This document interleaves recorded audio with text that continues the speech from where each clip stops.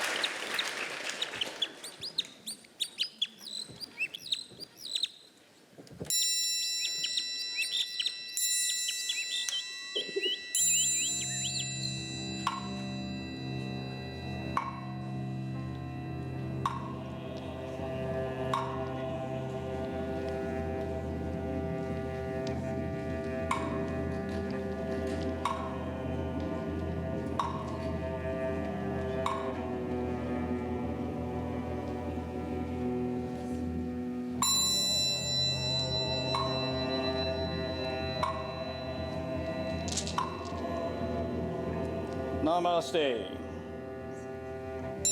I greet you all in our common spirituality.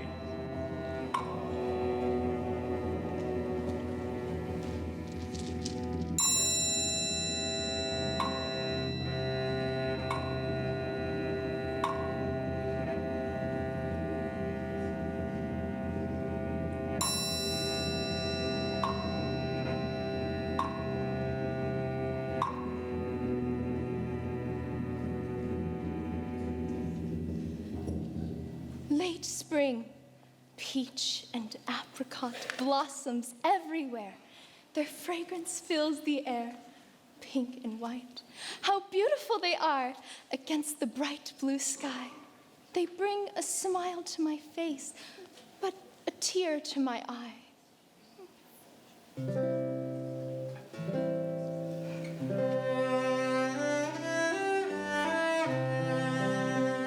Many silent sorrows I bear, but one I have to speak aloud. When the cool wind blows the blossoms of the flowering trees,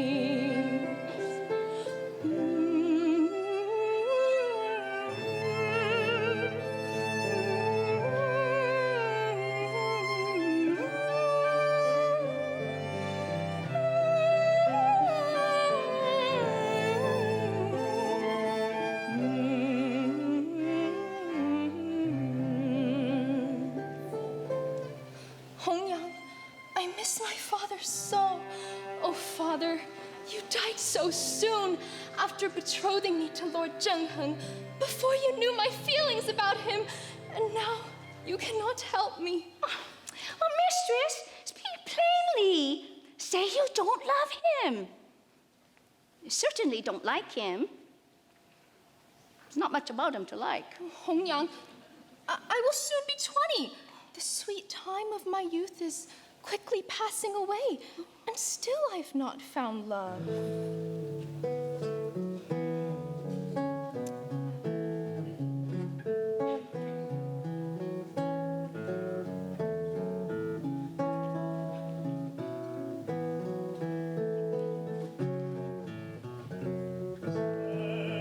To the sun, sail to the moon, sail to the sun and moon. I want to embark upon a raft and sail to the sun and moon.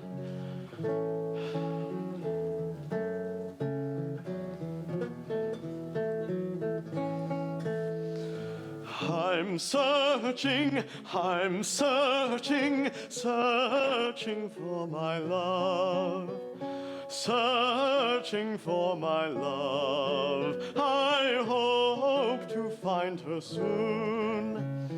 Then we can embark upon a raft and sail to the sun and moon.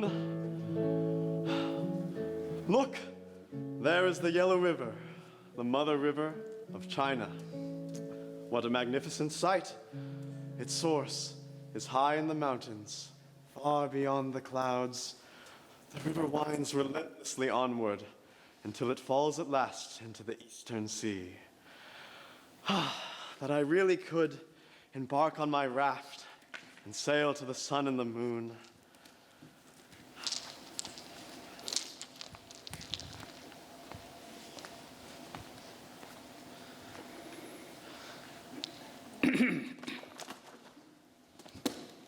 Greetings, young man. I am a superior monk of the monastery. May I help you? Most venerable one, my name is Zhang Junrei, but my friends call me Ah Rei. My hometown is Luoyang. Even though I am brilliant, I've failed the district tests so often my examination seat never grows cold. I have no job and am very poor, so I wander about, a vagabond, learning as I go. My destination is Chang'an, the capital, to take the imperial examination, the most important in the land. To pass that with distinction assures the best government positions, which is to pluck the flower of success from the moon. Mr. Zhang, if you are as brilliant as you just said, why have you failed district examination so many times? I'll tell you why. My father was Minister of Internal Affairs. He was a good and honest man, and so when he died unexpectedly quite young, he was penniless. My mother died of grief shortly thereafter. I was still a boy, an orphan with nothing, and I've had to fend for myself ever since. So I travel about like a leaf in the wind and steady by light of firefly or light reflected off the snow. Mr. Zhang, what is the goal in your life? I want to be a government official and a moral and educated man like my father, who does good for the people. Your monastery is famous for teaching people to perform good deeds. Would you be so kind as to give me a tour? With pleasure.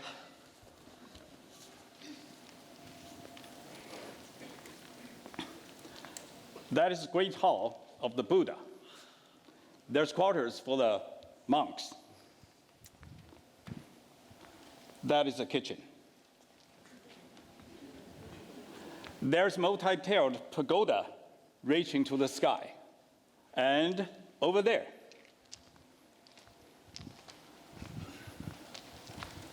the Western Pavilion and the quarters for the visitors. What fine buildings. Oh, but over there, what place is that? We may not go there.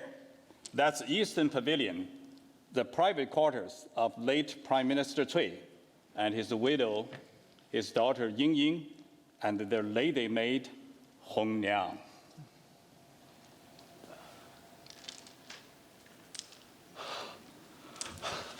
What a beauty. I surely knew and loved her in a previous life.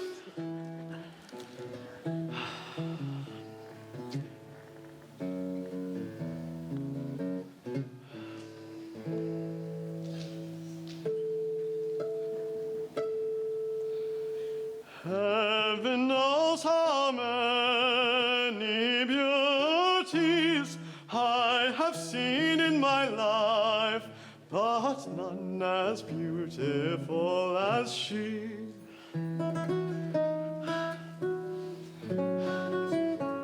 My soul soars to heaven. Oh, have I found a paradise on earth?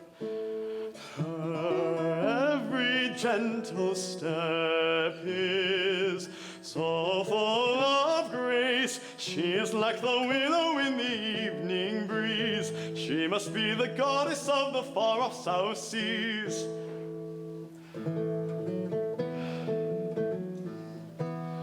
Oh, what a beauty. Did you see how she turned and smiled at me? What are you talking about, Mr. Zhang? That incredible lady who fills my heart with yearning. I don't understand. Well, when I look at you, your head radiating a heavenly glow, your face that of a handsome young man, I know you must have discovered the secret to eternal youth. I'm still not sure I understand you. What I mean is, if you'd be so kind as to put in a good word to that ravishing beauty, I'd never, ever forget you. Mr. Zhang, surely you have something else to say. Oh, yes, forgive me. I've heard you are hospitable to students. May I rent a room to study for the imperial examination? I can't afford to pay much. All the western chambers are vacant, so you can have your pick. Well, a western chamber that faces the eastern pavilion would be wonderful. Western chamber can be easily arranged. Oh, most reverend superior. Lady Cui wants to know when you will perform memorial service for late Prime Minister. She and Ying Ying will attend. When she was younger, the servant must have been quite the beauty. She still is pretty, and there's a certain nobility about her. You certainly would not expect to find her making beds. In fact, if she could arrange for me to find my way into her young mistress's bed, well, she'd never have to make that one. Hong Niang, please tell Lady Cui the 15th day of the second moon is day on Buddha receives offerings. They should come alone, sacrifice incense in the morning before dawn. Mr. Zhang, what is the matter? I'm sorry. I could not help but think of my own departed mother and father. I was hoping you'd include them in your morning prayers. I'd be doing my duty as a son to save their souls. Of course. I'm sure Lady Cui will not object. Venerable superior, I must go. Mistress will wonder what happened to me. Pardon me, but are you not Hong Niang, the lady's maid of Mistress Ying Ying? I am? Well, if I may be so bold, I've something to say to you. Well, then say it. My name is Zhang Junrei, but my friends call me Ah Rei. Although I am intelligent, courteous, talented, irresistibly handsome, and unsurpassably modest, I'm still unmarried. Who asked you? Is your young mistress in the habit of strolling out of doors? What's that to you? Confucius say, speak only what is proper. Lady Cui rules family with an iron fist, and she's cold as ice. And no one, but no one, may go to Eastern Pavilion without an invitation. In the future, ask only what is proper. Well, in that case, tell your young mistress that if her mother is as strict as you say, then she had no right to turn and smile at me the way she did. And if I must give up thinking of her, she must tell me how to do it. for her image is engraved upon my very soul. That I could take her in my arms. Once there, she would never again heed her ice-cold mother. Your benevolence, what have you decided regarding a chamber for me? The western chamber, overlooking the garden of Eastern Pavilion. It's a very comfortable room. Come, I'll show it to you.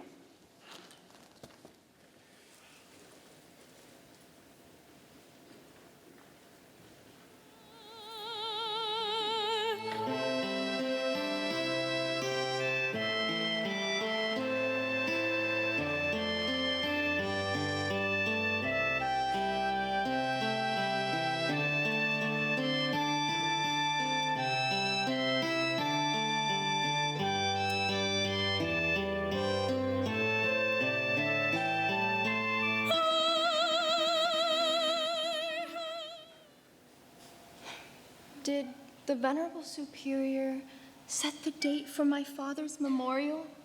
Yes. On the 15th day of the second moon, offering to Buddha is most favorable. Reverend Superior requests you and Mother come alone before dawn to burn incense.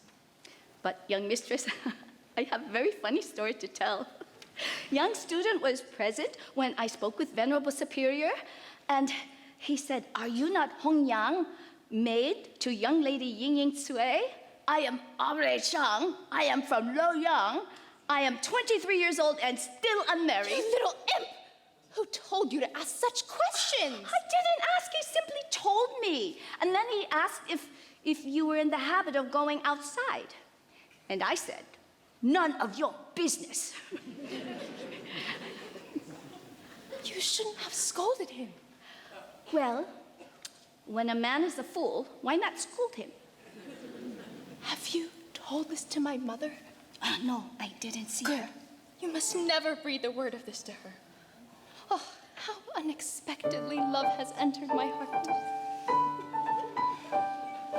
He is so beautiful, and when he moves so graceful, the first time I saw him, I could not breathe and instantly became his.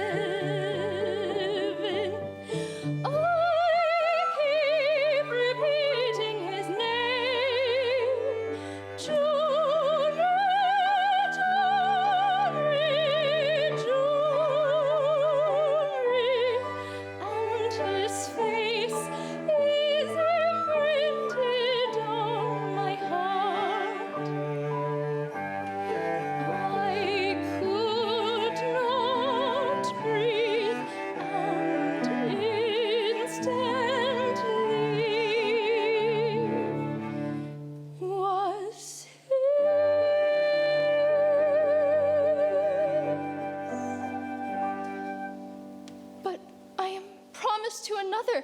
Oh, what am I to do? 4 horsed chariots crowd the gate, and 8 young dragons adorn the door.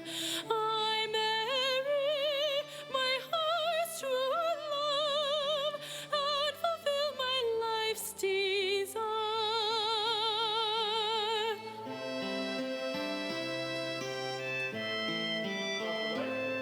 this western chamber. But the night is dark, and I can hardly see the garden of the eastern pavilion. Oh, moon, can you not, for my sake, come out just a little early?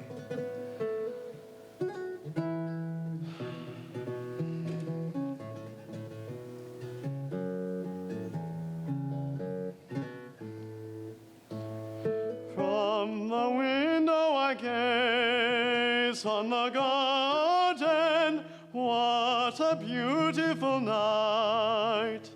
Midnight and no one's about. The moon is bright and the breeze caressing. Skies are clear, not a trace of a cloud. The river reflects the silver light of the moon, and shadows of trees fall and move about the courtyard. It would be a perfect night if only she were in sight. Oh, what a beauty!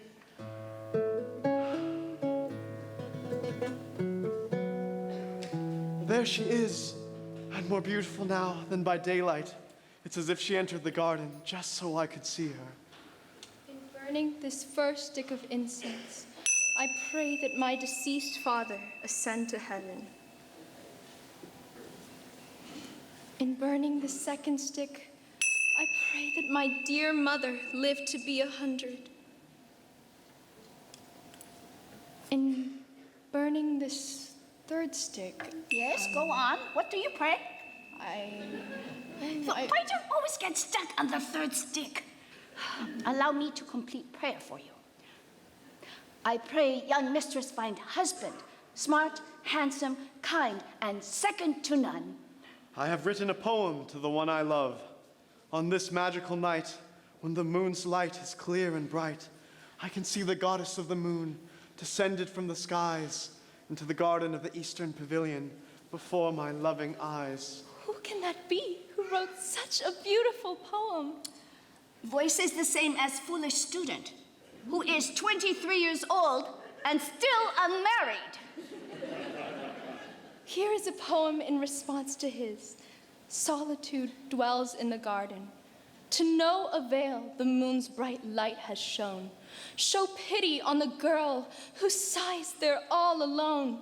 O moon, why have you come forth to light up the sky when my sorrow is so dark?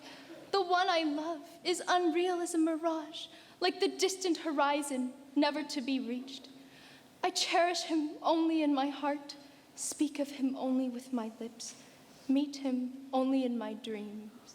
How prompt her response, and so apt, and her voice as sweet as a nightingale's. Now, it's my turn.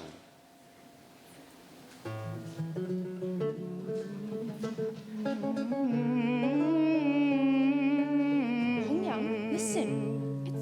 It's not the sound of wind chimes. It's a man humming, and it's coming from the western chamber.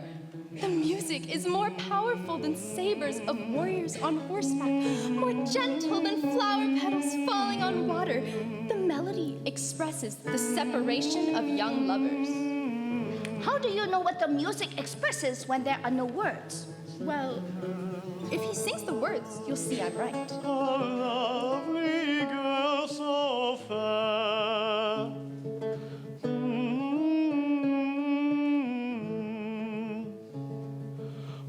One look and there's no forgetting her.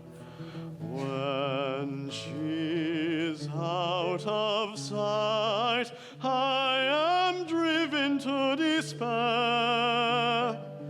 Oh, that I could join with her forever. But if I cannot, I will surely die. so sad, like the weeping of Confucius upon seeing the unicorn. Oh, Hongyang, go to him first thing in the morning and tell him how much I love the beautiful sadness of the song. I will tell him how much you love his song. Only his song.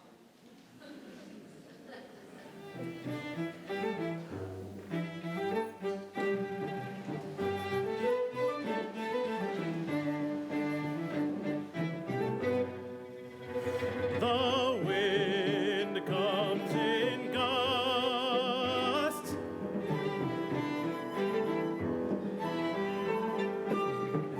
and the rain beats down with the fury beats down. Enter. Oh, Hongyang, Oh, why so sad, Mr. Chang? I've lost interest in studying. I haven't touched a book. I no longer care for advancement or fame. How can I even think of going to the capital now? I'm constantly in a daze. I forget to eat, I forget to drink, I forget what I do or where I go. I'm drunk on love, mad with love. Ah, love has taken possession of my soul. Did your mistress like my song? Oh, she liked even more the lips that sang it. I thought so. Ooh, I have a letter for her. Oh, your handwriting is so beautiful, but I cannot read. So tell me what you wrote. It says, "What is more precious than a man's life? So please, lovely lady, be careful with mine." Oh, how romantic.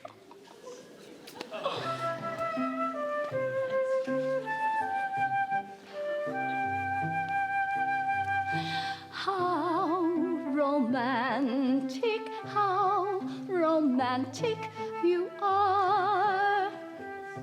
You are. But dear scholar, who write beautiful poem, whatever come, always keep career in mind. The hand that won't caress, girl, must always be ready. Pluck, pluck flower of success from moon. Must not let love entangle and trip up noble ambition.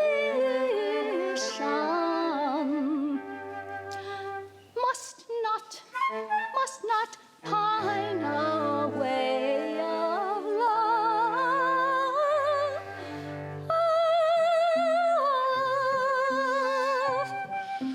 Hongyang, your advice is good, and I shall carry your words in my heart forever. Oh, but please, won't you deliver my letter? Oh, my only thought day and night is to bring this destined match to fulfillment. So how can I not deliver your precious letter? He won't come, all love will disappear like a stone into the deep.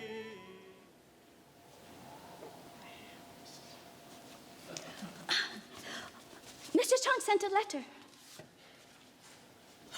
The audacity! Am I accustomed to receiving such a letter? I am the daughter of the Prime Minister. You little imp, how dare you deliver it to me? I'm going to tell my mother, and she'll give you a good thrashing. Oh, how is it possible for me to know what he wrote when I cannot read? Besides, you sent me to him, he sent me to you, and now you're angry at me? Things are turning out exactly as you want, and suddenly you're angry? Why? I tell you why. Suddenly you're ashamed and want others to suffer for what you do. You're not accustomed to receiving such a letter. Well, who is accustomed? Now you're going to tell Mother? Tell Mother what? Rather than tell Mother, let me take the letter to her and act like an informer. Well, now, don't be so hasty. I forgive him, And I forgive you too, but only this once. Now answer me, is he lovesick? Well, he says when he eats, he cannot eat. And when he drinks, he cannot drink. And when he walks, he cannot know where he's going and when to stop. Oh, well then a doctor of the highest skill must be called to examine him. Oh, this is not the kind of sickness for a doctor, not even a good one. The patient says he's on the verge of death. The doctor says he's in perfect health. Some diseases have remedies, but lovesickness has no cure except by giving it romantic expression. You nasty imp! How dare you speak of that when Mr. Zhang is like an old friend? More than that, don't you think? I tell you what you do. You encourage him to climb a ladder that you yourself provide. And then when he's at the highest dangerous height, you push the ladder away. Yes, and for that I am ashamed. But how can he be allowed to write such a letter? I shall write him not to do it again. But why? Who are you fooling? You don't understand. Take this to Mr. Zhang. I refuse. You use me like a needle and thread, back and forth, without end. That evening when the two of you recited poetry to each other and he sang to you, were you not consumed with passion? Then did you feel shame as you looked so longingly at that horrible and crazy fellow's window? Suddenly you feel shame, but absolutely refuse to take blame, so find fault with others. But you're not fooling anyone. Until now, I've put up with this nonsense, but no more. But what am I to do? If I don't deliver your letter, I'm disobeying you. And besides, Mr. Chang is expecting an answer to his letter, so I have no choice but to deliver yours. Not true. I am the one to blame. Mother, it's all my fault. No, it's all my fault.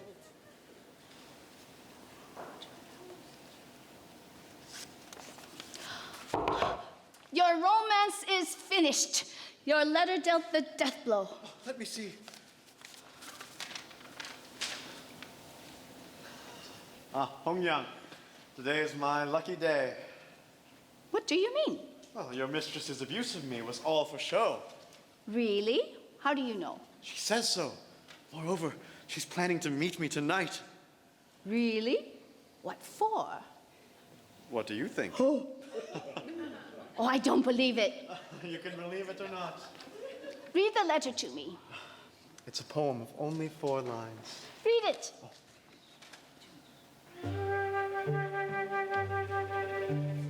When moonlight comes to the western chamber, and in the garden shadows fall, moving about the pavilion wall, then climb, my precious, climb, climb, my precious, climb.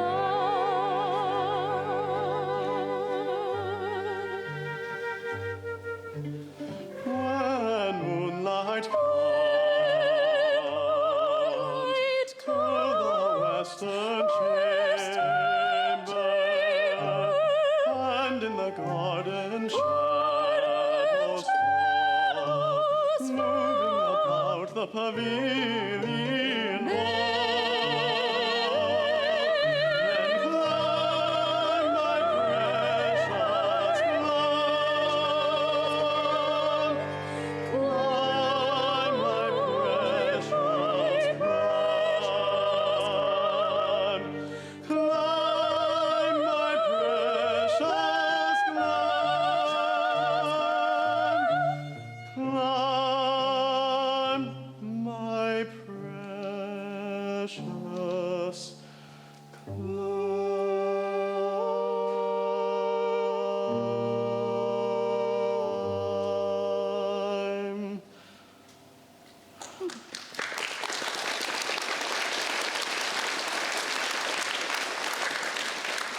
You see, Hongyang, the poem's message is perfectly clear. So, mistress makes a fool of me, but this letter shows the coming of the real thing. Our union has been predestined since the beginning of time. But now, I must wait until tonight? The wretched day seems endless. The sun seems glued to the sky. Oh, move, sun, move.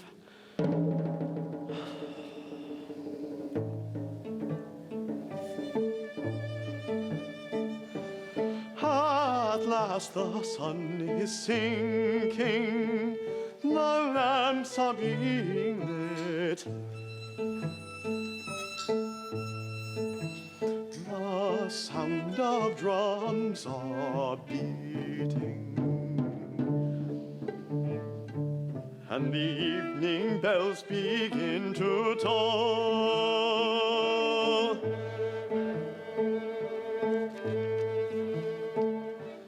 I must keep watch at my window for the rising of the moon. For tonight, the moment of our union,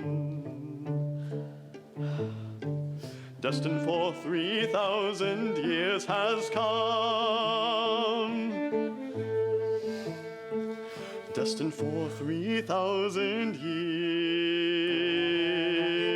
has come.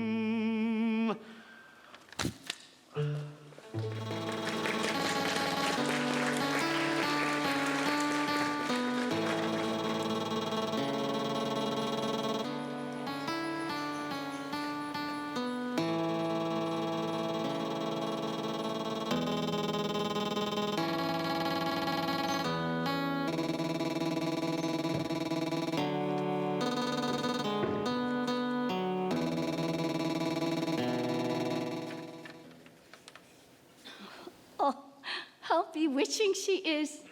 Only a few days ago, she was bashful and shy. She embroidered, she wrote poetry, and made calculations on the abacus. But now, she is so full of passion, she can hardly control herself. Oh, over there. I thought a flock of crows were casting shadows, but it's Scholar Chong hiding behind a bush. Oh, Ying Ying, darling, Maggie. Oh. It's me, Hongyang. Oh, lucky you made mistake with me. What if it had been Lady Sui? Really, you should look before embracing. Besides, you have to climb. Sorry, Hongyang, I was overly excited. You see, I'm certain that this evening... This evening? This evening, I'm going to... Going to win her over. Oh, Mr. Zhang, remember, you must treat her gently. You must speak soft words. Now go, end lovesickness. Show the man of boldness.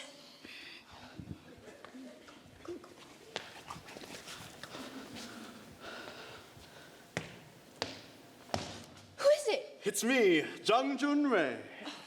Mr. Zhang, what kind of man are you to suddenly appear on a girl's balcony at this hour of night? Well, you wrote... Mr. Chang, what became of bold talk? Why does the dashing fellow suddenly stop?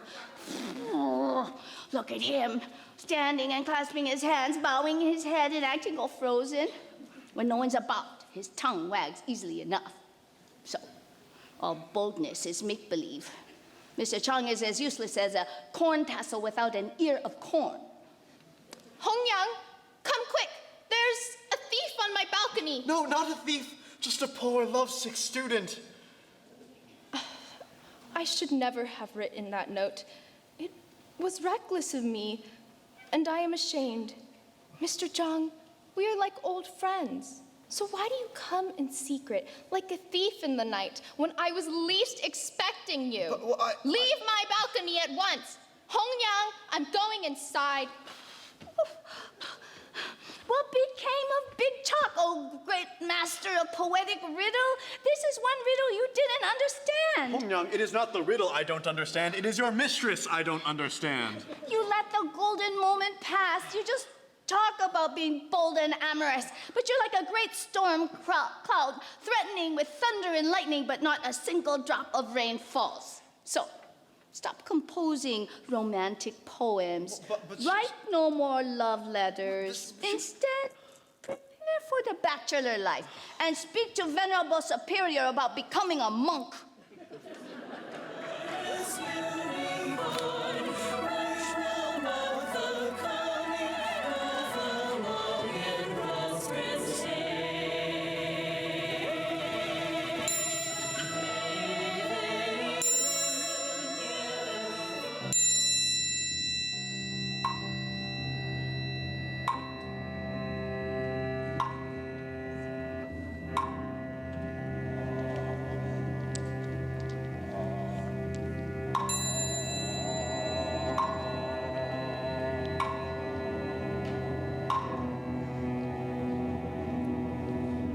This is 15th day of second.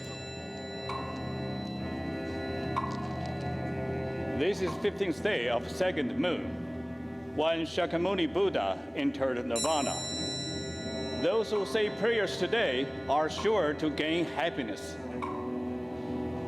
Lady Cui and her daughter Ying Ying are expected at any moment to make a sacrifice by burning incense.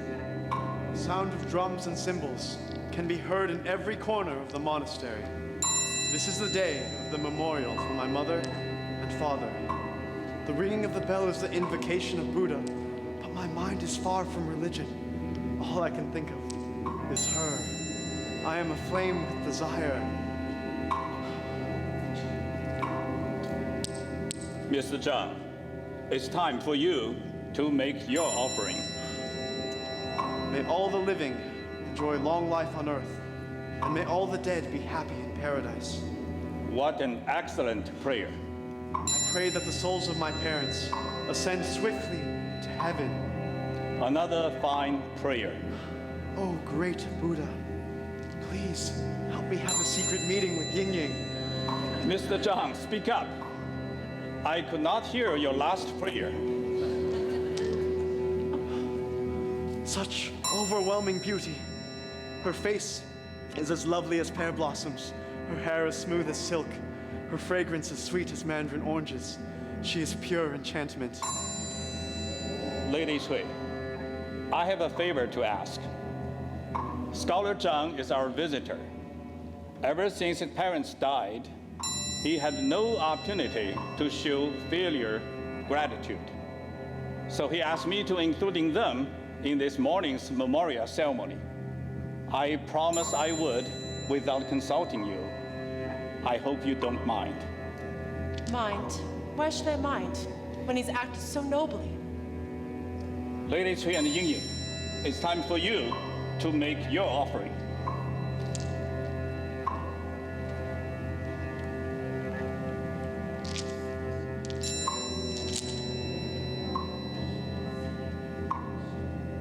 Boundless light and boundless life is Buddha.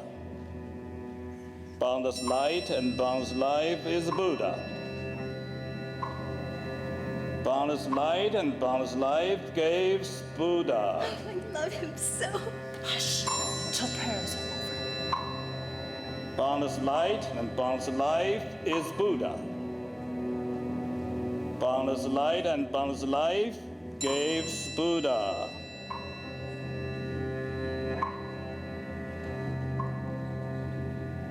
With the rising of the sun, the memorial ceremony is over. Let's return to our quarters.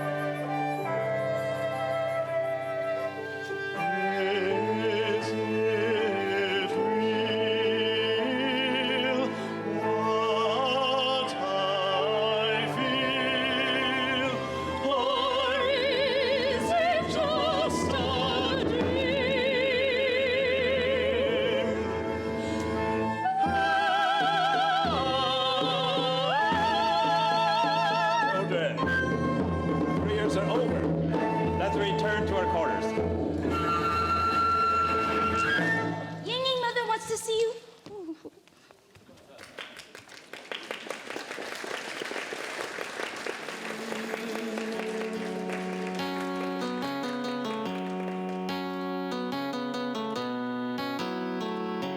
Searching, I am searching for my love.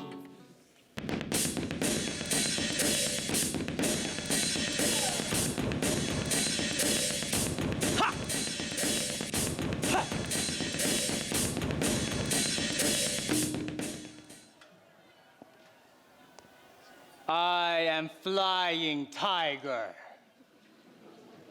the most famous of all bandits.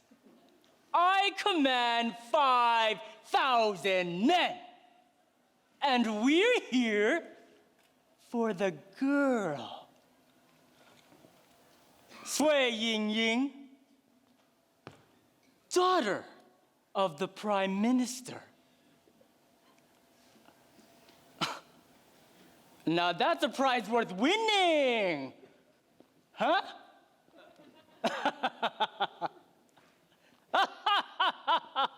I've heard she has overwhelming charms, beautiful eyes, a winning smile, a dancer's grace, and a face as lovely as the lotus in springtime. I intend to take her and make her my wife.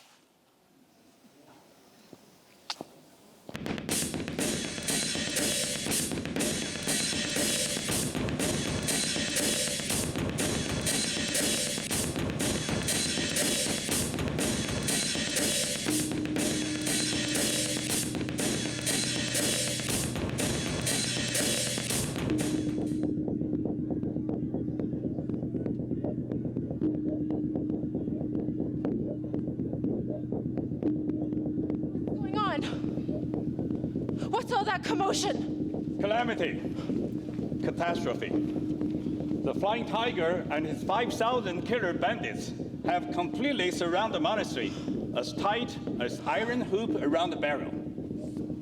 They're gonna kidnap Yingying and make her Flying Tiger's wife. But Flying Tiger is a hero's name. He doesn't sound very heroic to me. What's happening? What's all that loud noise? Flying Tiger and his 5,000 bandits have surrounded the monastery. He intends to make you his wife. But he has never even seen me. But he's heard about you. Overwhelming charms, beautiful eyes. What is to be done? There's no place to hide and no way to escape. We'll all be killed. What does he care about this monastery and that it was built through gifts from my father? And so, after he kills us all, he'll burn the buildings to the ground. Death for me would not be premature. But you, my dear child, are not yet married. It's best to hand me over to the bandits so that your lives will be spared and the monastery not reduced to ashes. That is very noble. But how can a mother hand her daughter over to a bandit? In that case, I shall have to hang myself. Oh, that is out of the question when you have no husband. Well, then what if I marry the person who drives off the bandits? An excellent idea. Attention, attention! To anyone who devises a plan to drive off the bandits, I will give Yingying as bride. I have such a plan. Mr. Zhang has a plan, Mother. To anyone who drives off the bandits, I will give Yingying as wife. I have such a plan. It requires the help of the beneficent superior. Mr. Zhang, I'm not fighting man. You better find another one. No, don't worry. Fighting won't be necessary. All you have to do is go out and deliver the following speech. You say, "Honorable Flying Tiger, Yingying's mother wishes to remind you that her daughter is still in mourning for her father. So you must withdraw to 1 arrow's flight and wait there for 3 days until the religious rites are over. Lady Cui says if you deny her request, you will bring bad luck on yourself and all your brave soldiers. At the end of 3 days, her daughter will become your bride. Most venerable one, that is the speech. Flying Tiger will listen, and if he has any sense, he will obey. But what happened after 3 days? My friend, General Du, known as General White Horse, is commander of the soldiers guarding the nearby mountain pass. He's an invincible warrior and my blood brother, and if I write to him, he will surely come to our rescue.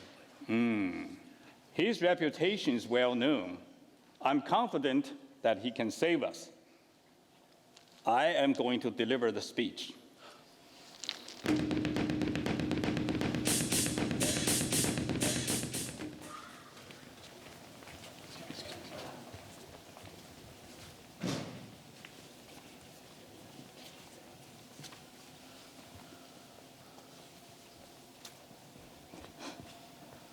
All the bandits are thinking only of ways to save themselves.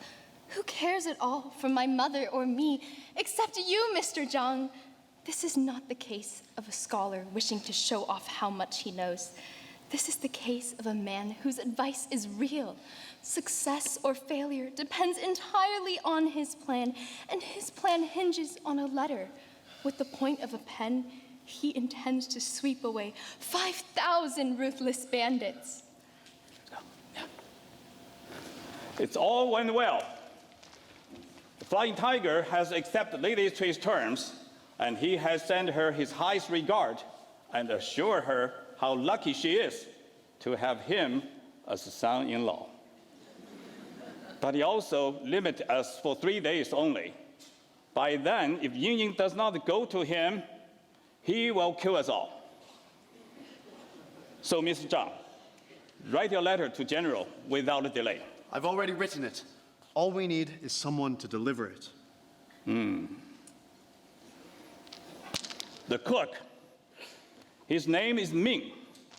He's here studied to be a monk, but he's only interested in fighting and drinking. He's fierce and capable to slay the dragon, but he's also contrary. If you ask him to act like a messenger, for sure he's going to refuse. But if you can arouse his perverse spirit, nothing will deter him from going. Let me see what I can do. I have a dangerous mission. I don't know whom to send because no one's brave enough to go. Who called? I have a letter. It must go immediately to General Whitehorse. But the mission is very dangerous because the messenger has to pass right through the midst of a camp of Flying Tiger and 5,000 killer bandits. You are only a cook. I can't possibly send you. Whom else do you recommend? There's only one man to send on such a dangerous mission. Me! But that will take you away from the kitchen and also away from meditation and prayers. I'm glad to get out of the kitchen. I don't like to prepare noodle soup or pickles, leeks, and bean curds. I don't believe in prayers or meditation. I find sacred books boring. Worship is not the right job for me. What I want to do is defend the weak against the tyranny of the strong, to enter the tiger den, slay all the tigers. There'll be no need to roast the bandits, or bake, or fry, or stew them. I'll eat them raw. But now, I have a letter to deliver. Where is it? Do you want to go alone or with other monks? Cha, you want to send me with old monks carrying parasols? No, I'd much rather go alone. And if the bandits stop you, as they surely will, what then? Why? I'll bow and say, honored gentlemen, I'm the humble monastery cook, on my way to market to order food for exalted Flying Tiger's wedding banquet. Excellent. When can you start? If only you'd stop talking, I'd already be on my way. Ming, your hero is off to bring General White Horse from heaven.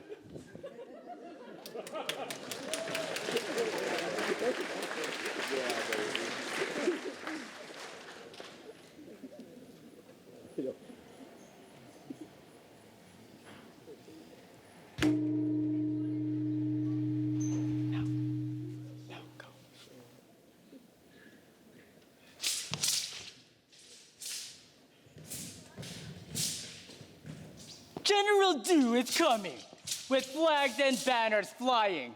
Ha! He means to fight us and destroy us. Ha! Why, if it isn't Flying Tiger, the notorious bully who loves to plunder, vanquish, and murder the weak, the poor, and the good. That's all over now. We shall see.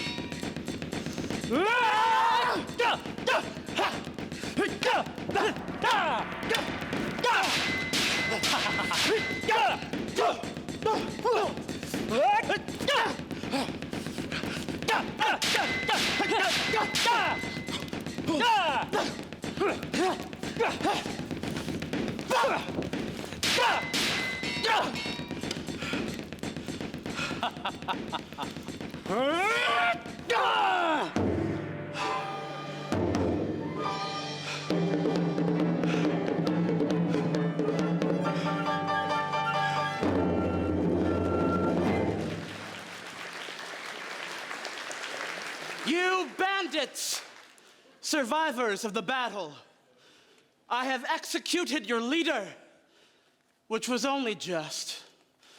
He was a tyrant, and there is no place in the civilized world for tyrants. As for you, I will show mercy. Those who do not wish to continue as soldiers may return to their homes and farms. Those who wish to remain in the army may join my troops. General Whitehorse, the sight of you and your men approaching was like stars pouring forth from the Milky Way. I came as quickly as I could. I'm glad to see you, brother.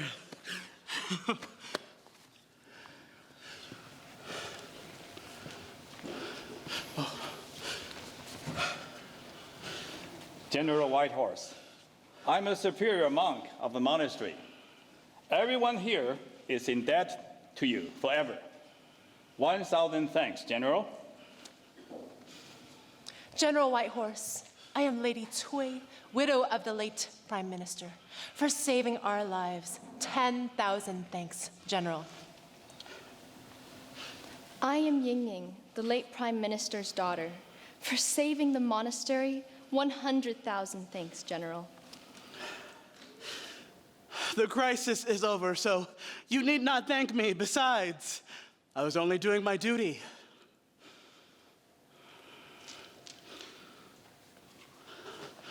Ray, what kept you at the monastery instead of coming to visit me?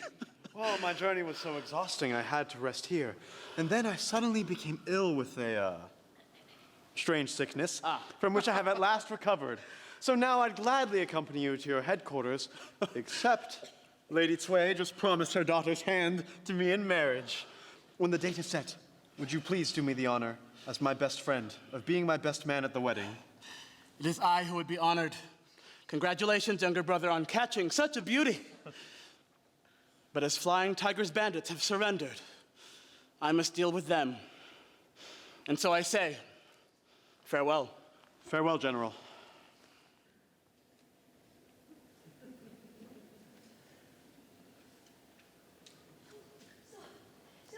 5,000 bandits, led by 5,000 soldiers, drift away like a floating cloud.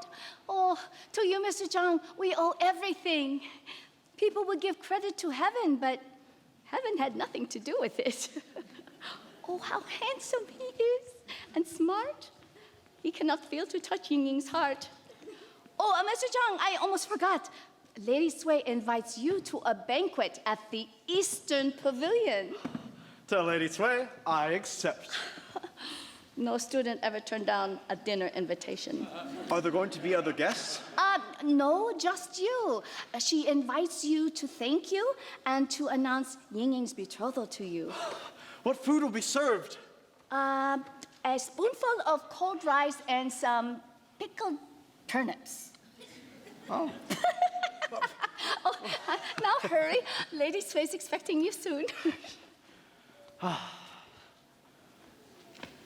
Flying Tiger, You are my great benefactor. I owe you everything.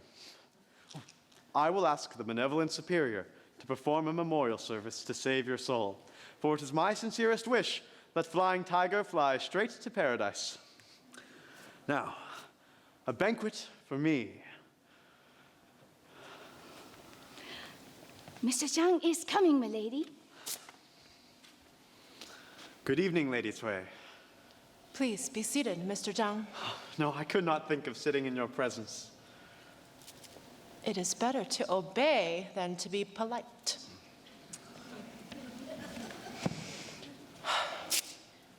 If it had not been for you, we would not be alive today. So I have prepared a small supper, which in no way adequately repays you for all you've done. Lady Cui, the bandits' defeat is a thing of the past and not worth mentioning. Mother, this is an occasion that calls for a great celebration. Why, then, is it so spare? It's not because you can't afford an elaborate affair. We are here celebrating two events. One in honor of Mr. Zhang for saving our lives, and the second for my engagement to him. So why, then, are you giving only one meal?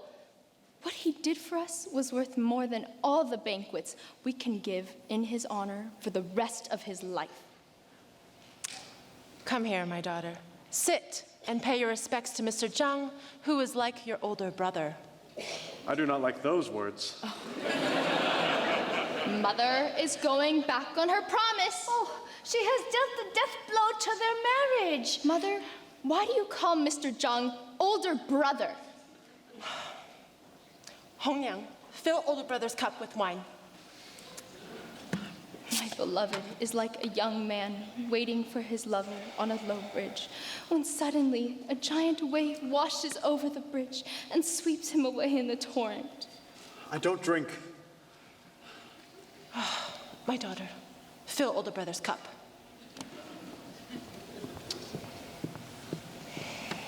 No, I've already said I don't drink. Mr. Zhang, please drink some wine. When it takes effect, it will ease the pain.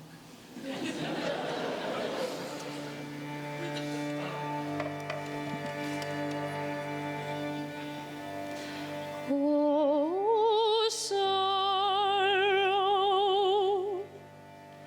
my sorrow is deeper than the deepest sea and vaster than the sky.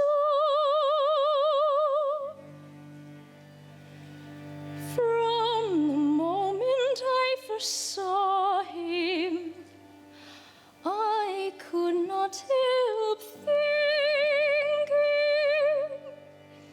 he was the spirit of the magic mountain, or the god of the enchanted sea. Oh, sorrow, how cruel to lose him now. The light in my heart has gone out. How cruel my mother is. She destroyed a future that promised so much. She tricked him. When she needed him, she made him a promise she never intended to keep. And now she is getting rid of him by calling him older brother. Hongyang, conduct Ying to her room.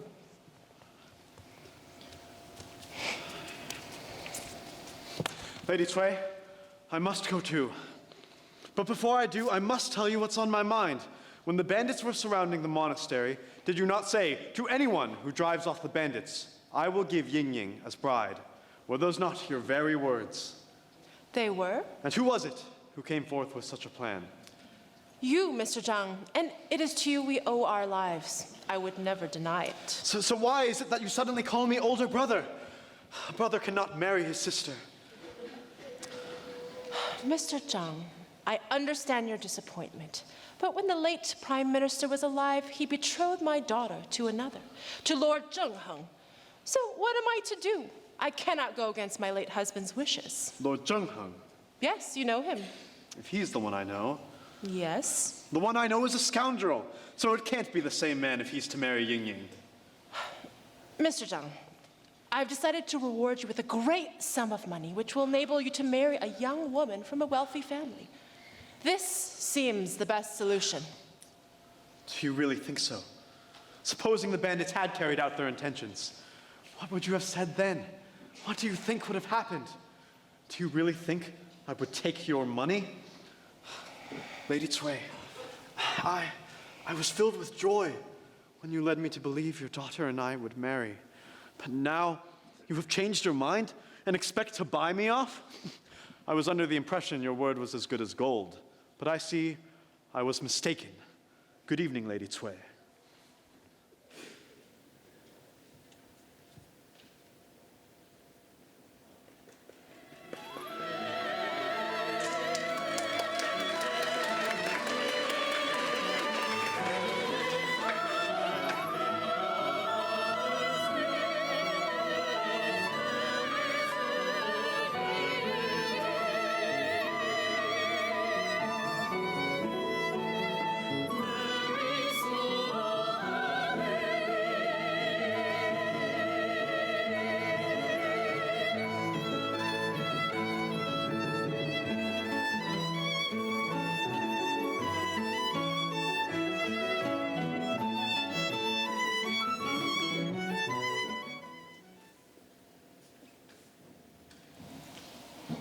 The Venerable Superior sent me a message that Mr. Zhang was very ill, so I've written him a note. If Mother finds out, she won't like it.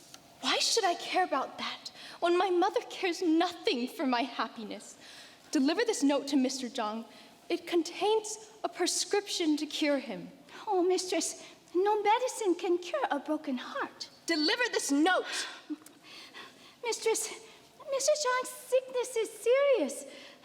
But not only because of Mother, but also because of you. You hurt him with icy words.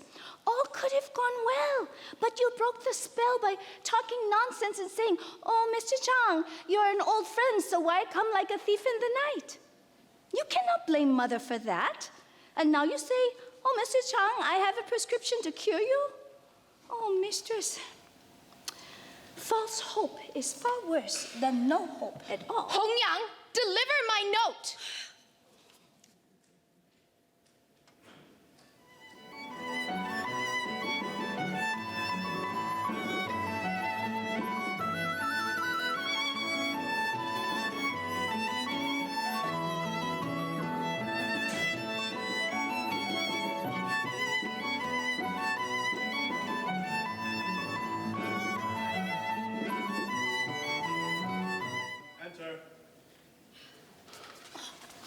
Mr. Zhang, how are you feeling? How do I feel? I feel like hanging myself. Well, what good would that do? And besides, no need for drastic measures. Mistress has excellent prescription. Let me see. It is a poem of only 2 lines, but my sickness has instantly been cured. Read the poem to me. Tonight, my love, without fail, I will come to you. This time, poem is not riddle. I understand every word. But I wonder if she's coming. Not coming. Hongyang, don't trouble yourself with wondering whether or not she's coming. All we need is for you to do your best for us. I always do my best for you.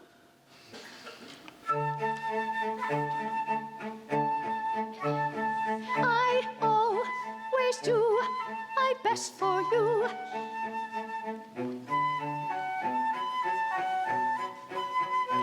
And do not do in hope reward.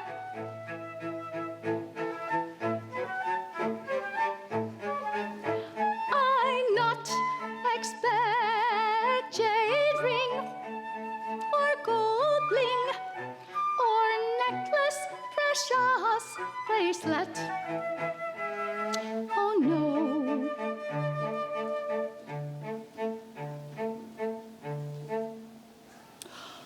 Only one simple thing,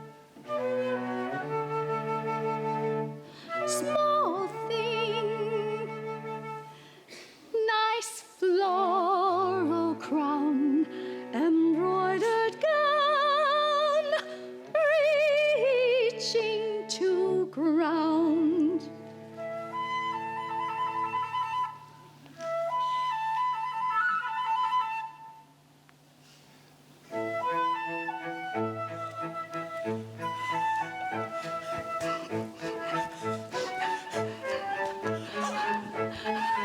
We thought of that. She come to you. She come to you. She come, she come, she come to you tonight. Oh, yes. Oh, but you must do your part, Mr. Zhang. Success or failure depends entirely on you. Oh, remember to take off your clothes.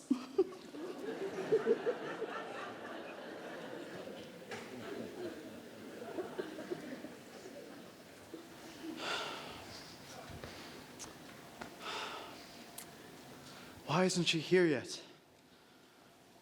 Is she ever going to come?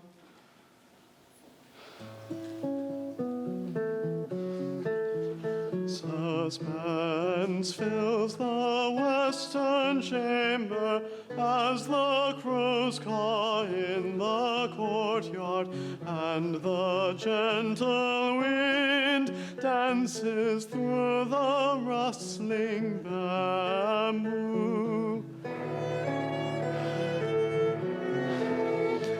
His loving heart is wildly beating, and it seems if she won't come, all good will disappear like a stone into the deep.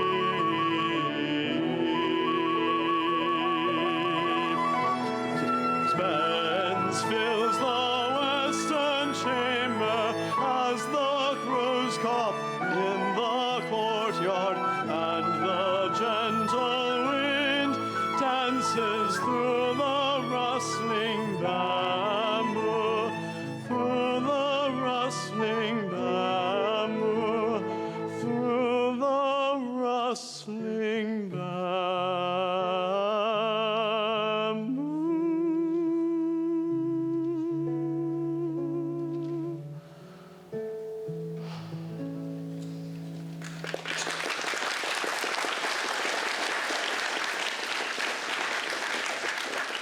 Is it fair that I'm so in love with her? Is there a medicine I can take to make me forget her? Miss Hong Young with young mistress. That's right, go in. That's right. I wait for you outside.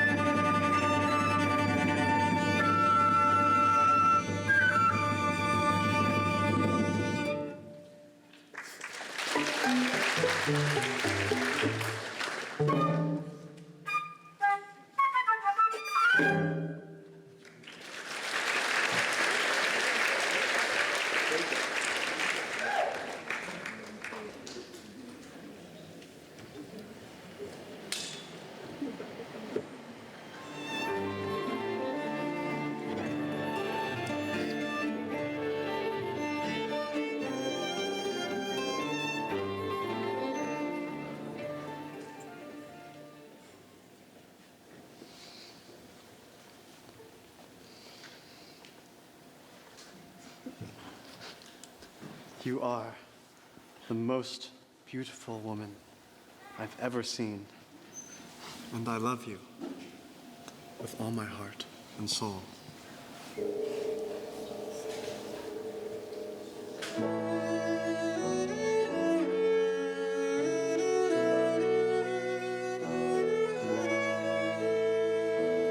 Sail to the sun, sail to the moon. I've sailed to the sun and moon. I have embarked upon a raft and sailed to the sun and moon. I found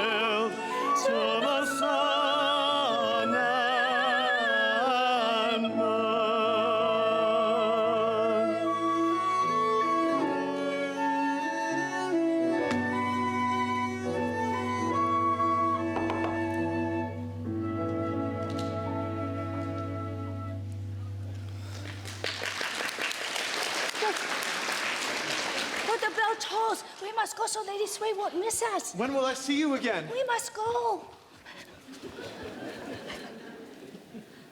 Was it all a dream? No, it was no dream. She was so soft and warm, and her fragrance still fills the air. And yet, what about the imperial examination? Oh, I must leave without delay for the capital. I hope she comes again soon, maybe this afternoon.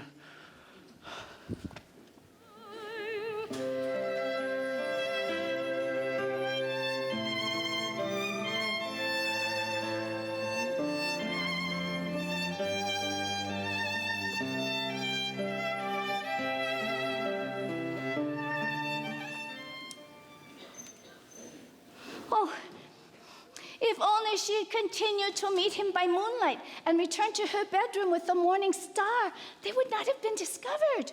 Oh, but they could not wait, grew too bold, and they took chances any time of day. Oh. Lady Sue is very clever and makes something from nothing. So she suspects something. Oh, she may even suspect Loli Honyang is the matchmaker. Yinging has a new radiance. She's quite different than before. Lady Sui must notice. Oh, soon she will take me aside and say, "Oh, you nasty woman, I ordered you to watch over my daughter, and instead you led her astray." Oh, no. Oh, you nasty woman! I ordered you to watch over my daughter, but instead you led her astray. Do you confess? Oh, Lady Sway, nothing to confess. When we learned that older brother was sick, we paid him a visit to see how he was feeling. And what did he say? He said Lady Sway returned good with evil, so his joy turned to sadness, and that made him sick. Then he let me go and asked Ying to stay. An unmarried girl? Left all alone with a young man? Yes, to test our ancient medicine, acupuncture and moxibustion. How did I know it would end up like this? Ever since couple keep company, and they are totally devoted to each other and happy in heart and soul. It's best to forgive a small offense. When a jade polisher finds tiny flaw in jade, he doesn't remove it for fear of making matters worse. It's best to let couple marry. They're a very good match. Now I understand. You arranged this. You are wicked, Hongniang. Go and tell Ying and that animal I want to see them now. Young mistress, mother wants to see you now. Oh, Mr. Zhang, Lady Sui wants to see you now. The game's up. Your affair is discovered.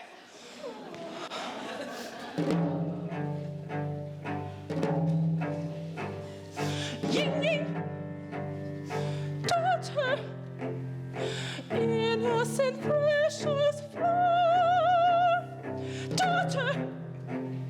Ying, now is your most shameful hour. Zhang, you scoundrel, no scholar as you claim.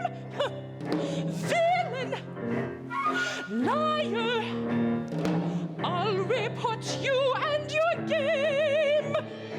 But to expose the shame would tarnish and soil our good name. Our family's honor all depends on her. How can I right things again? Mother, sorry I brought you shame. No, that's not true. I am the one to blame. Mother, it's all my fault. No, it's all my fault. I shouldn't have let letter. I should have known better. Well, not my fault.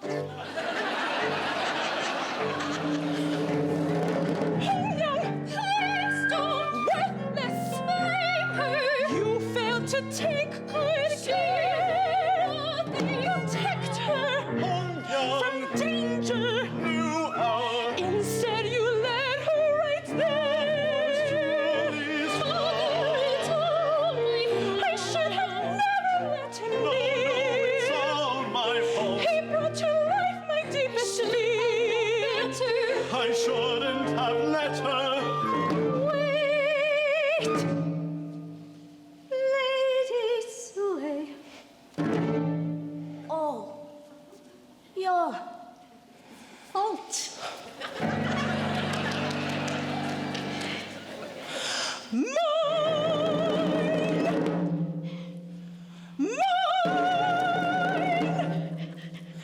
How can you say that?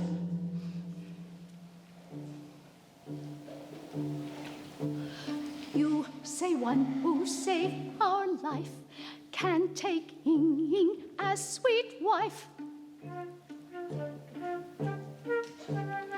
You break promise, no, not right, so no other choice in sight.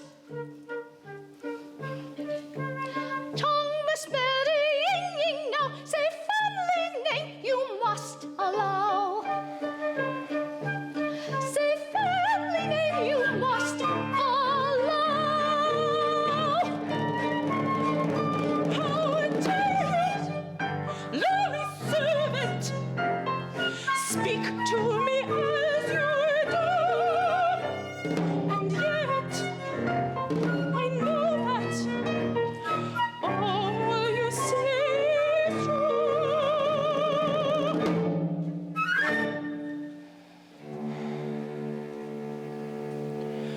So in the end, I must give my daughter to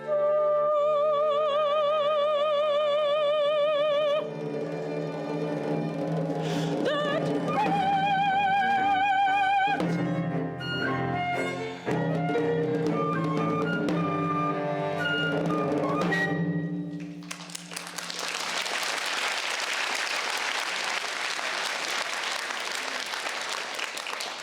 Mr. Zhang, I have no choice but to allow my daughter to marry you. Even though in our family we've never had a son-in-law without a good government position, so you must proceed to the capital at once and take the imperial examination. If you pass with honors and get an outstanding appointment, you may return and marry my daughter. But if you fail, don't bother. Ying Ying, my little nightingale, I shall return in triumph. And Hongyang, to you, I will bring a beautiful crown and embroidered gown reaching to the ground.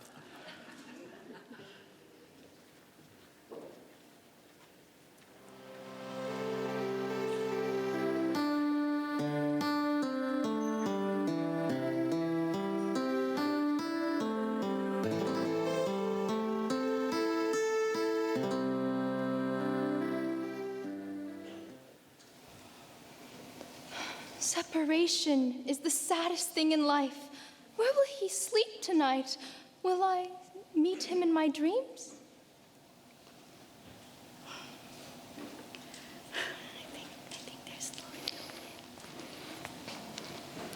Mr. Zhang, the time has come to say goodbye. Mr. Zhang, I hope you always keep in mind the desirability of securing the highest grade. At the capital, the weather will be cold. Take care of yourself, my precious. Dress warm.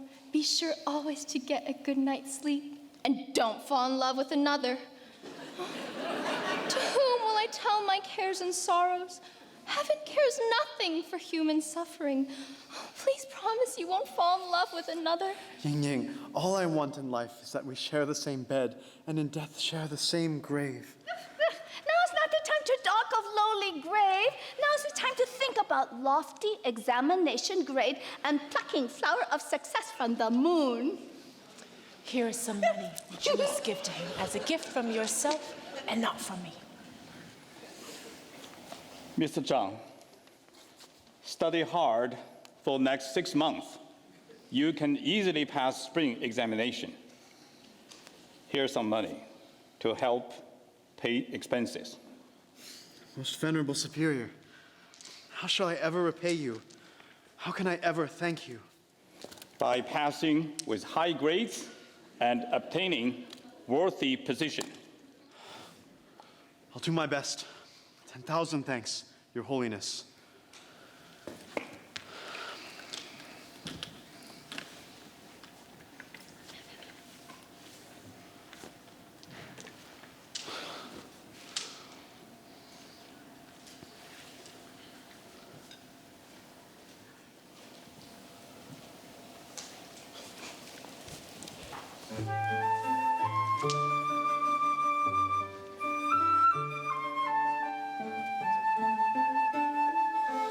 Thick woods and evening mist and the setting sun. So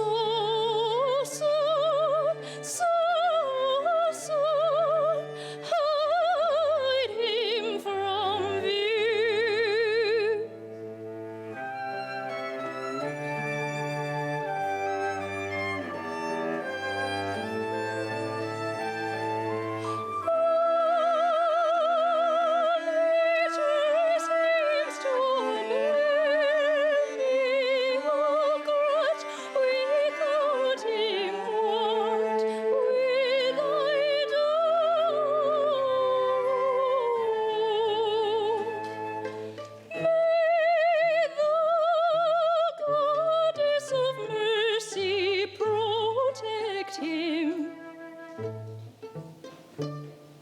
Protect him from harm.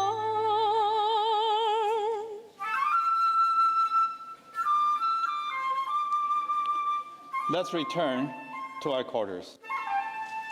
May the goddess of mercy protect him from harm.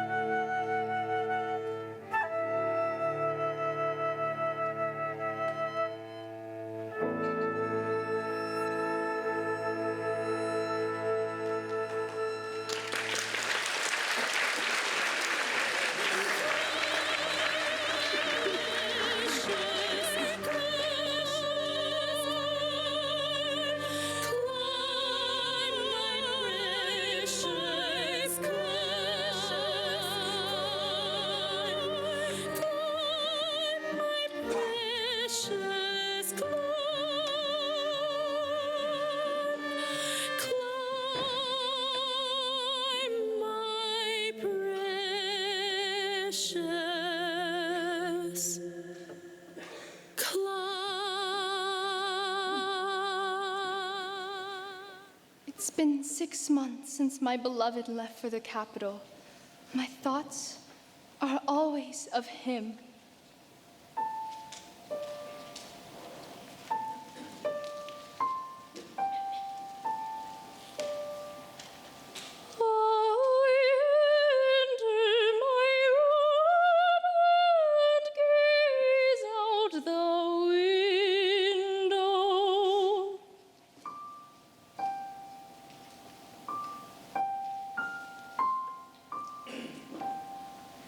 Toward the towering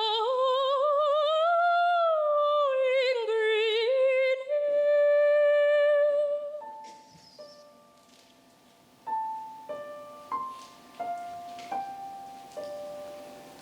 the trees are enveloped in mist.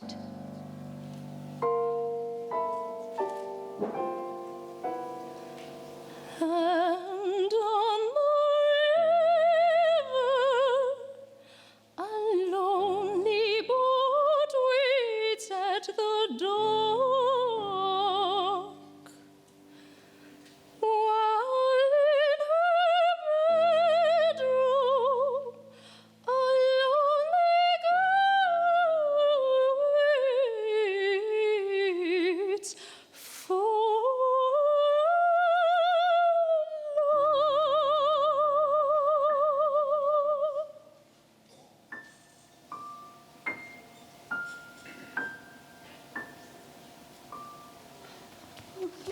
Mistress, a letter just arrived for you. It is from Are. He writes, Darling Ying Ying, my little nightingale, I have just learned of my great good fortune. I passed the imperial examination with highest honors. Out of many, I am number 3. I have only to wait for my official assignment. Tonight, I will be a guest at the imperial banquet in honor of the successful candidates. As soon as the emperor permits, I will return to my darling nightingale, your Are. Oh, mistress dear, congratulations. I knew this was going to happen. Highest honors. How wonderful. But do not tell Mother that he was number 3. As wonderful as that is, she will not be satisfied. Just tell her he passed with the highest honors. I've already prepared a small gift and enclosed a congratulatory note. Hongyang, run and dispatch this parcel.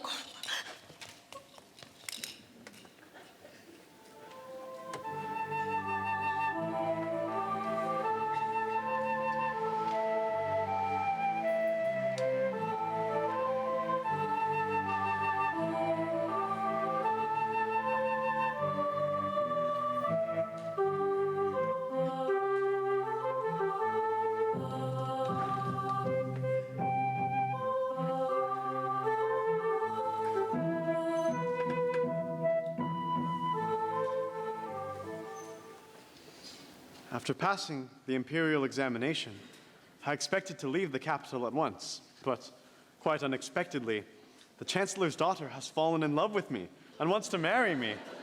Her father not only approves, he insists on it. Moreover, he offered me a professorship here at the Department of Chinese Literature at the Imperial University. What a dilemma. What should I do? Well, Ying Ying is already engaged to Lord Zhengheng.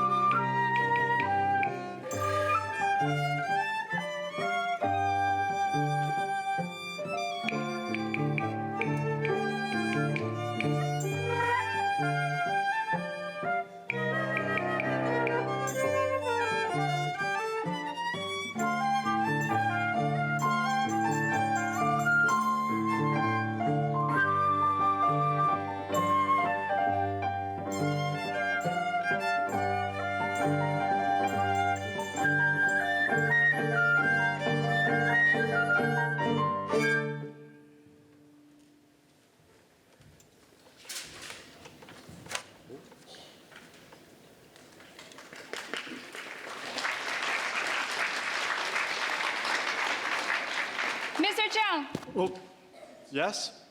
When did you come in? What happened to all the women? what women? There are no women. You didn't see young women dancing? No, I saw no one. Oh, who are you? And why did you come in? I am a messenger with a small package for you.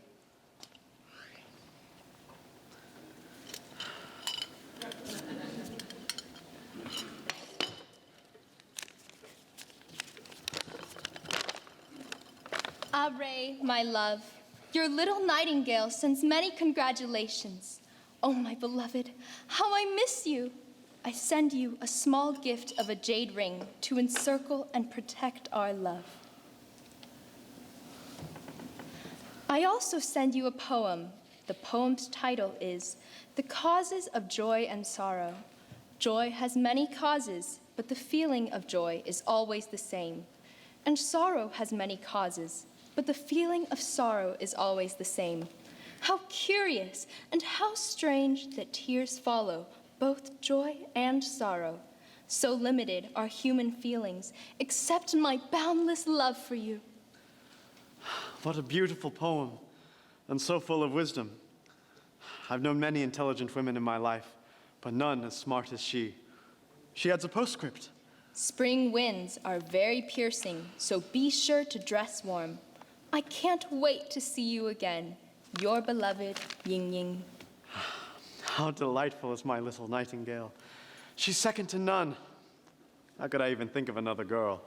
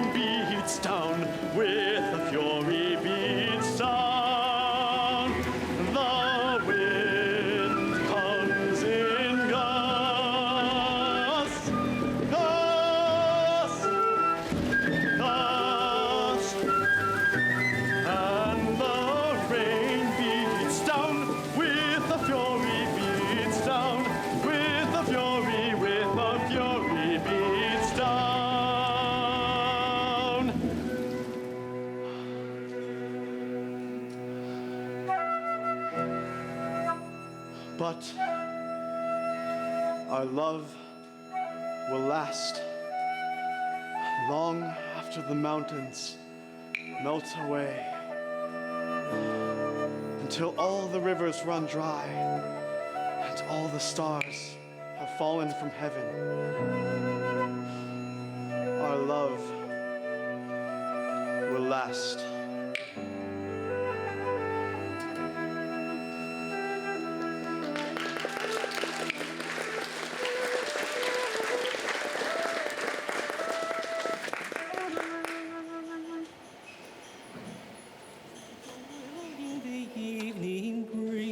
She must be the goddess of the far south seas.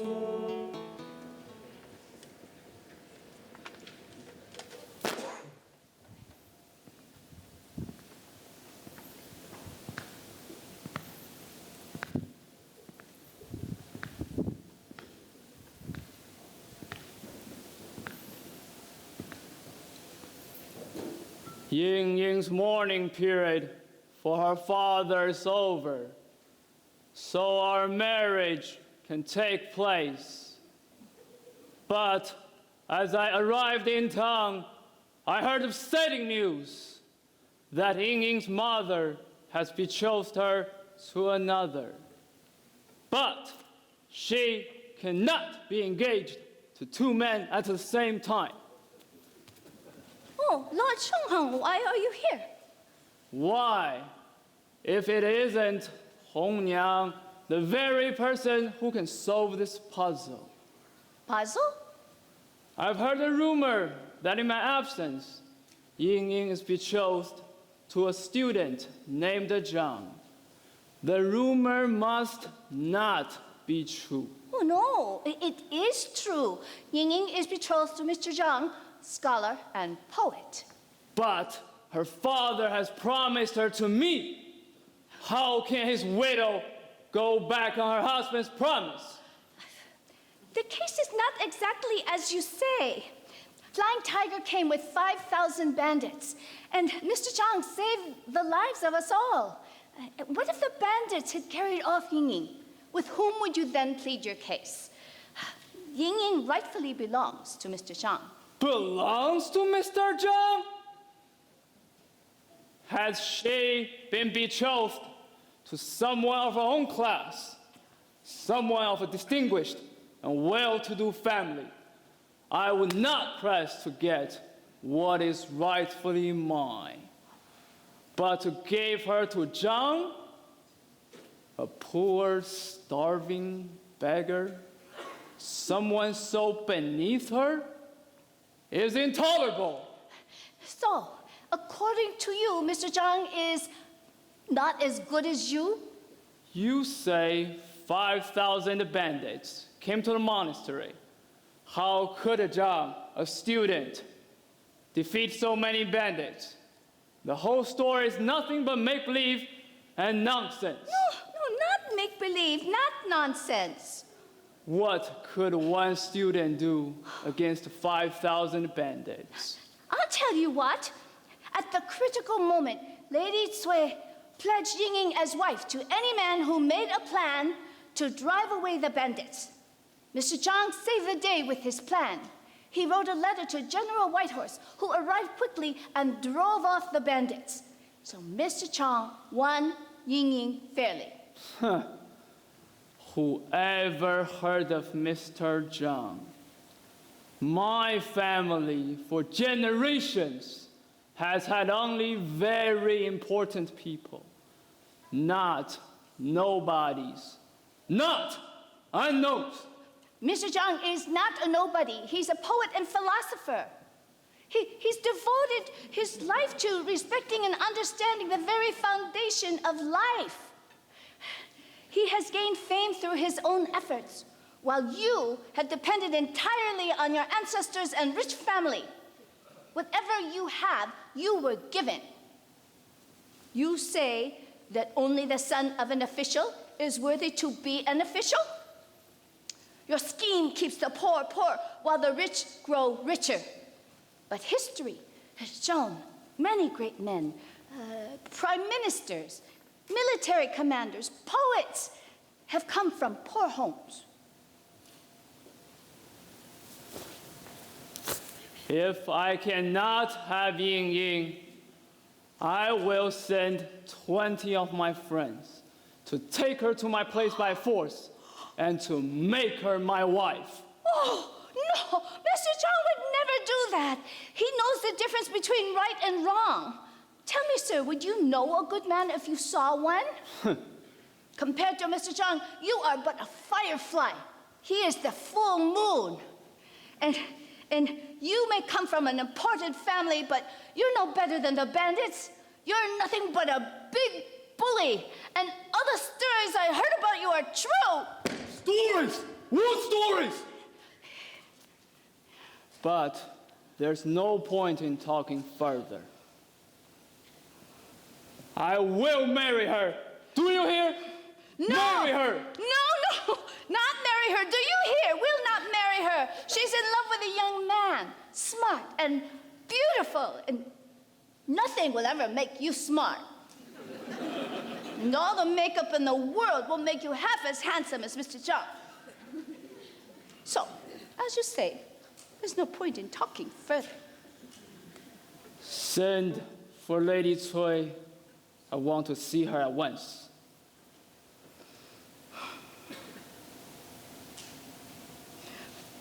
Yes, my lord.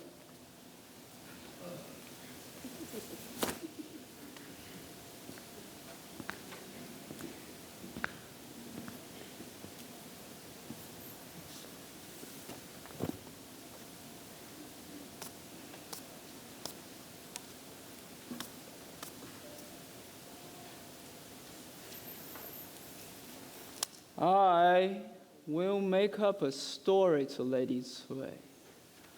I will say that Zhang passed the imperial examination in first place and married the daughter of the chancellor. I like to make people do what I want, and I'm very good at it. And I do not care how I go about it. Lying is the easiest way. Now you will see how I use this great skill to bring about my own happy marriage.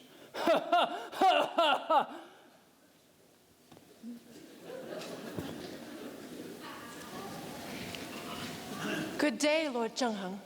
Hong Yang told me you were here.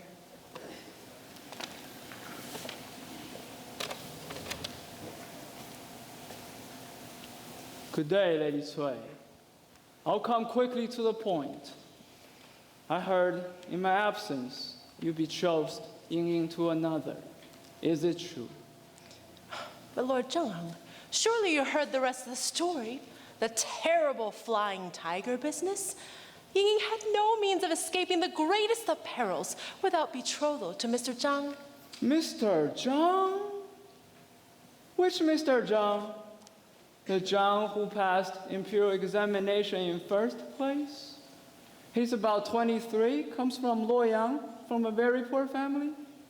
Yes, you know him? Yes.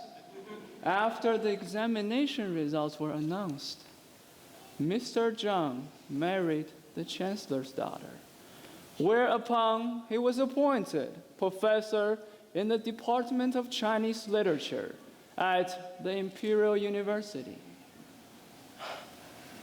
If that is so, then you, Lord Zhengheng, as originally arranged, shall become my son-in-law.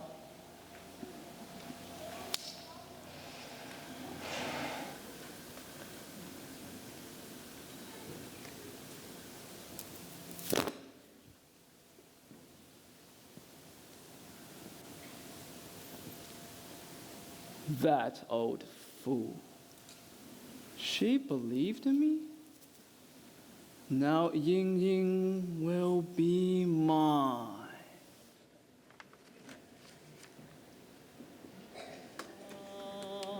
Is rising and the dawn is breaking.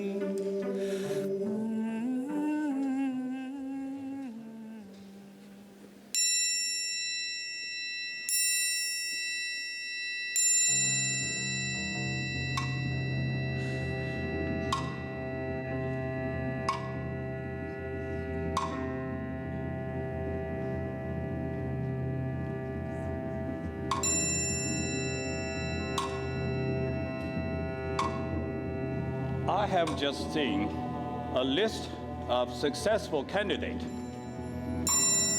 Our scholar Zhang has passed with honor and is returning to us. He has been appointed full governor of Hezhong. We must get ready to prepare a banquet to celebrate this happy and a great event.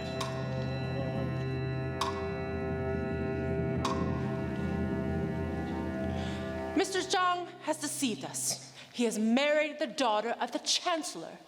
So Lord Zhengheng is to be my son-in-law. Today is a lucky one for marriage, so prepare a great wedding banquet. Lord Zhengheng is expected at any moment.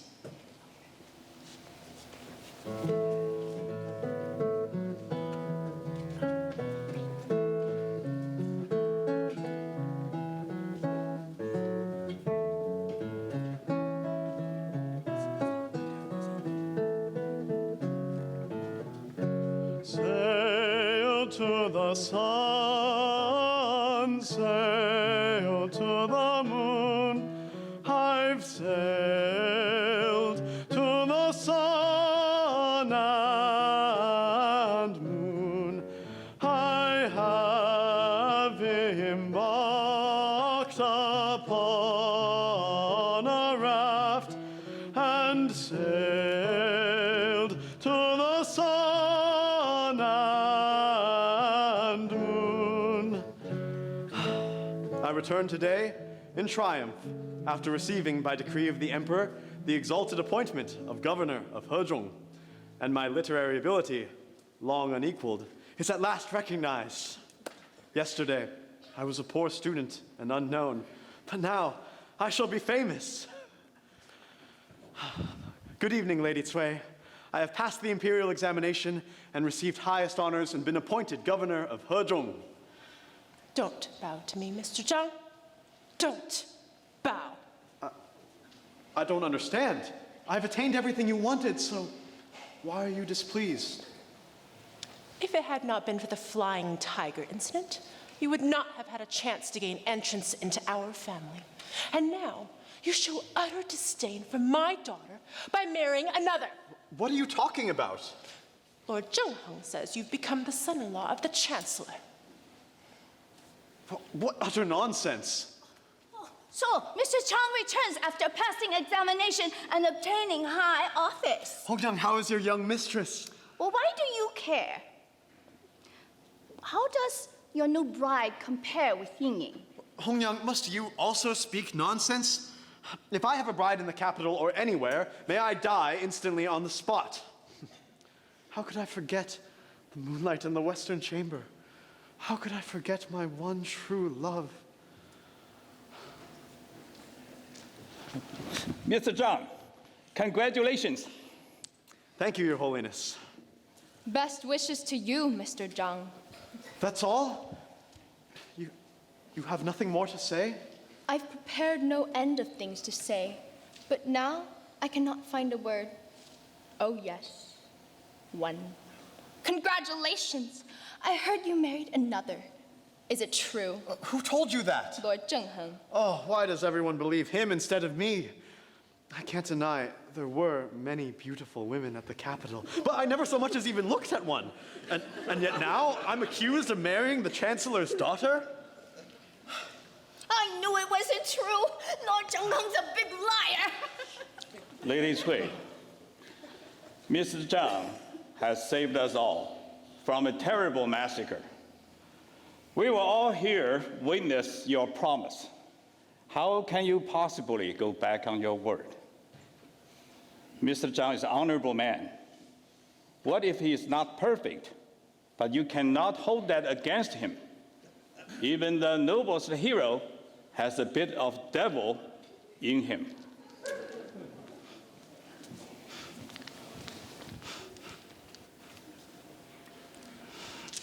Lady Cui, I've heard the good news. My brother Zhang has been appointed governor of Hezhong and is going to marry your daughter, so I've come to offer congratulations. But Lord Zhengheng says Mr. Zhang has become the son-in-law of the chancellor. But Lady Cui, has no one told you? Mr. Zhang is as high-born as Lord Zhengheng, or even you, Lady Cui. Mr. Zhang's father was Minister of Internal Affairs, and when he died at an early age, Lord Zhengheng's father obtained that position. Besides, has no one told you? Lord Zhengheng has been accused of crimes against the state and will be brought before the emperor to answer the charges.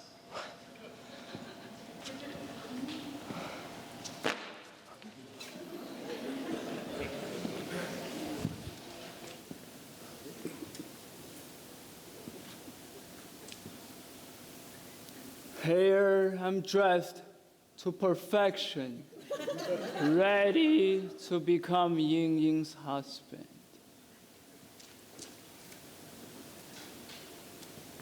Why? If it isn't the genius of Luoyang, what a great honor for me, sir. I heard you were first on the imperial examination, so I extend to you my most sincere congratulations. No, I was not. Attention, everyone. I have an important announcement. The daughter of the chancellor of Imperial University has married a student who took first place in Imperial University examination. See? What did I tell you? Now Ying Ying will be mine. But I did not place first. I placed third. So you're not married to the daughter of the chancellor? No, that's what I've been trying to tell you. Well, third place is...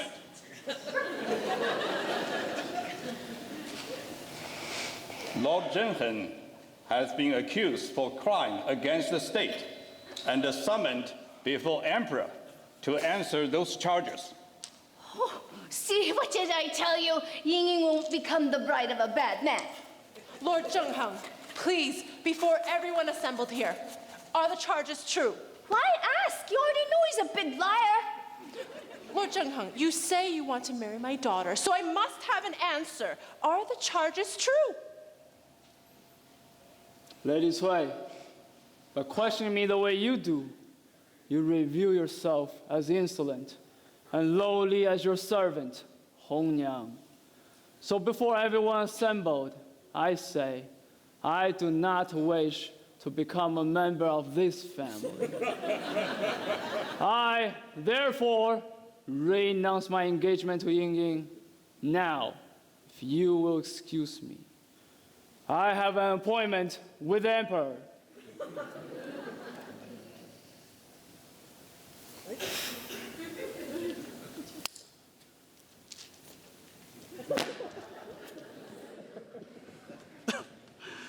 Let us begin the celebration and see that the young couple are happily united. A cup of wine for Governor Zheng, and let him make the first toast. Well, the first toast goes to the world's best matchmaker, Hong Yang. To Hong Yang. To Hong Yang. Oh, thank you. Oh. But Mr. Zhang, is there nothing more? Of course there is more.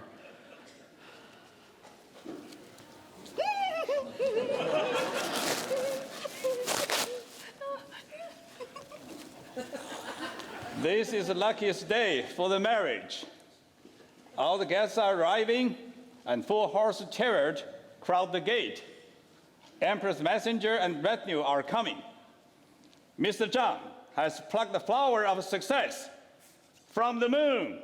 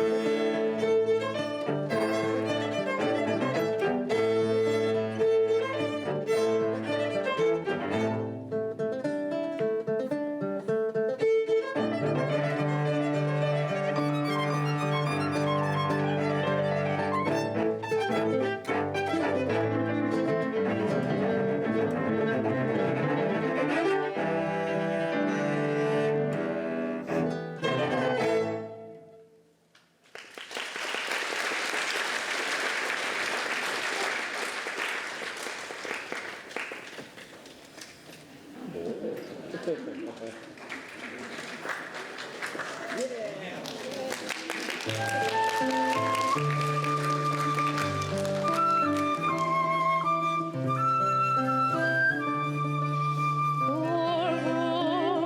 chariots crowd the gate, and 8 young dragons adorn the door. I marry my heart's true love, and fulfill my life's desire.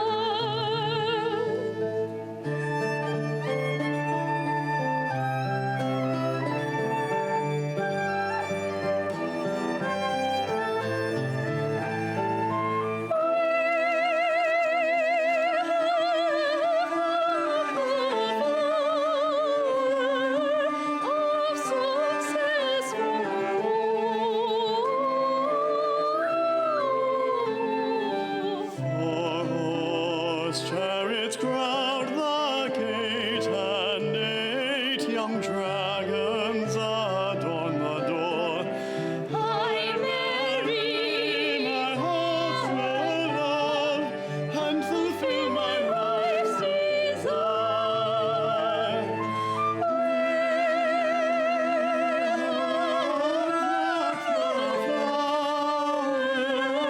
Of success from the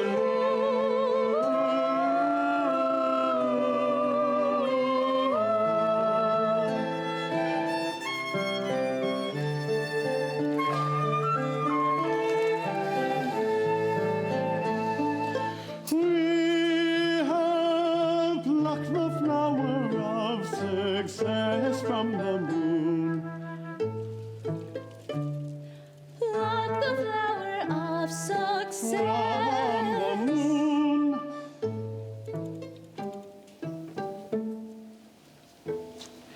Pluck the flower from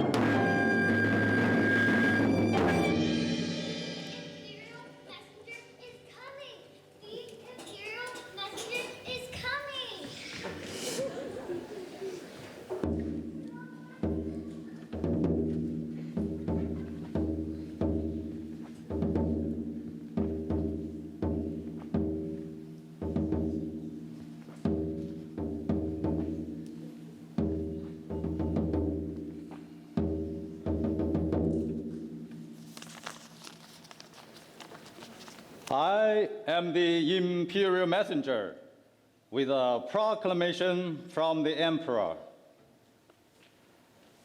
Peace reigns throughout the land, and even the mountains echo. Long live the emperor! Long live the emperor! The people under heaven are prosperous.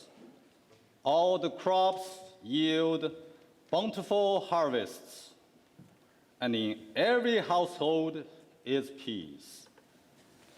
Everywhere, happiness abides in the land, and soon we shall see the coming of the wondrous magic phoenix and the glorious unicorn. By the grace of the wise emperor of the Tang Dynasty, a decree has been issued sanctioning the marriage today of the lovers Cui Yingying and Zhang Junrui. May they live together from now through old age and then for all eternity.